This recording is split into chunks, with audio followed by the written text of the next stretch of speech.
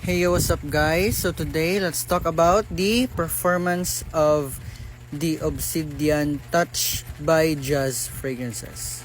Okay, so just to let you know, we will have a 3-part review about these 3 fragrances from Jazz Fragrances. So first is 1 day after arriving with me, and then next is after 1 week, and then the last and final part is after a month of sitting here with me sa akin.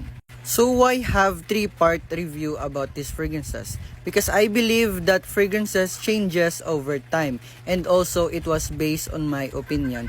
Just like for example with this, at first it doesn't last long, it doesn't project long, but after a week or 2, it already changes and I got a lot of compliments. So that's why we will have a 3-part review about this perfume.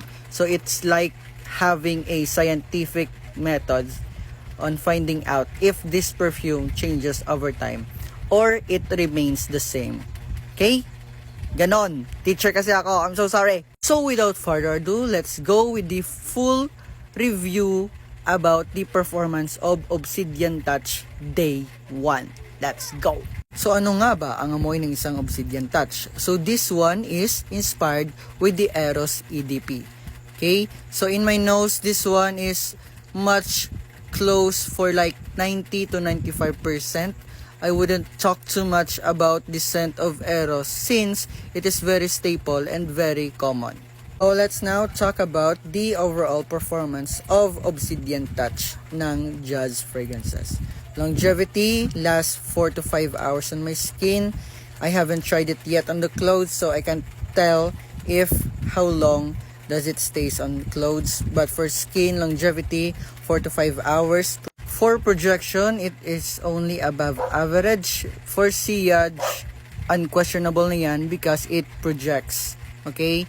So that's the overall performance of Eros EDP or the Obsidian Touch ng isang Jazz Fragrances.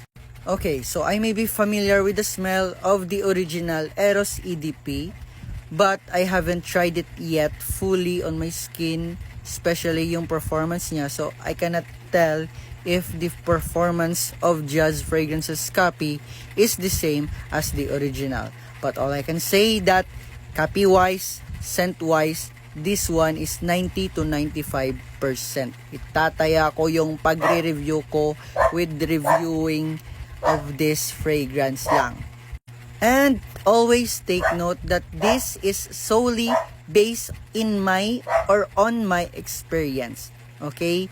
So baka magtaka kayo. I do accept naman ng constructive criticism, but please do understand that every fragrances, every perfumes are subjective, meaning it might perform well on me but not for you, or it might not well perform on you, but yeah, do something like that. Basta it's very subjective, meaning it's different, meaning iba-iba yung performance or yung experience natin with the perfume that we use. Okay? Okay. So, yung final verdict ko with this perfume or with this copy of Eros EDP ng Jazz Fragrances would be 7.9 out of 10. Medyo lacking lang kasi for me yung performance ng Eros EDP nila.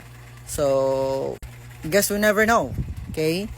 Maybe after resting it for a week or a month, the performance of this will get better. So that would be it for the full 1-day review of Obsidian Touch. And on the next video, let's have review this remaining 2. But for now, I'll make my lesson plans muna because I have a class tomorrow pa. So, update ko na lang kayo with the performance of this 2. Okay? That's it lang po. Goodbye. Bye-bye.